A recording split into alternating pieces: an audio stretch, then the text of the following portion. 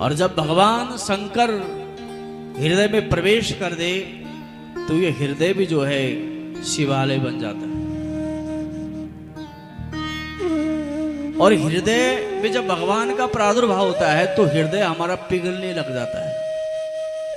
और ध्यान रखना, जब तक हृदय ना पिघले तब तक हम मनुष्य भी नहीं बन पाते। मनुष्य मनुष्य बनकर तो पैदा हुआ था, लेकिन अवगुणों के अधीन इंद्रियों के गुलाम होने के कारण मनुष्य बड़ा कठोर बन गया है। मनुष्य आसुरी स्वभाव का हो गया है। तो कहा इस आसुरी स्वभाव को त्यागना हो तो स्वयं के हृदय को शिवालय बनाना बहुत जरूरी है। और हृदय शिवालय तभी जाके बनता है जब इन कथाओं का श्रवण करें।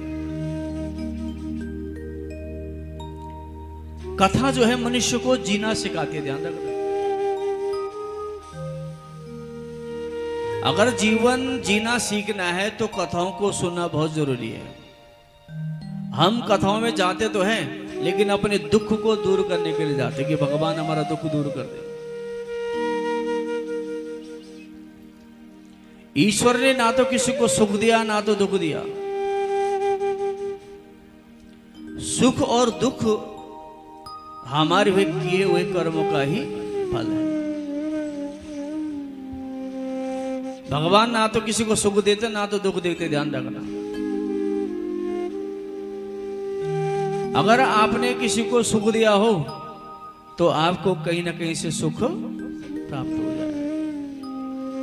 हम सब शिकायत कर सकते हैं, लेकिन ये शिकायत नहीं कर सकते कि मुझे किसी ने अच्छा नहीं बनने दिया।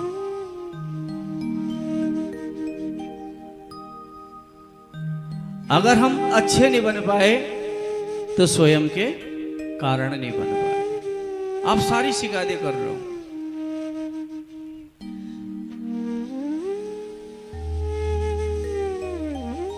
इसलिए मनुष्य बनो, और मनुष्य तभी बनेंगे जब हमारा हृदय पिघल जाएगा। और हृदय पिघलना ही, अगर हृदय पिघल जाए तो दया, करुणा, मैत्री सब पैदा हो जाती है। सबसे जो कोमल हृदय होता है किसका होता है? मां का।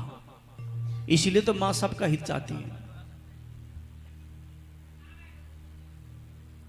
सारे परिवार वाले ने खा लिया तो मां सोचती मैंने भी भोजन पा लिया। तो शास्त्र कहते कि मां बनो, और यदि मनुष्य मां बन जाए तो कभी भी किसी का अनादर ना करे, तब वो दूसरे के लिए जीता है। और हृदय कठोर हो तो मनुष्य स्वयं के लिए जीता है। स्वयं के सुख को देखता है, दूसरे को दुख को कभी नहीं देखता।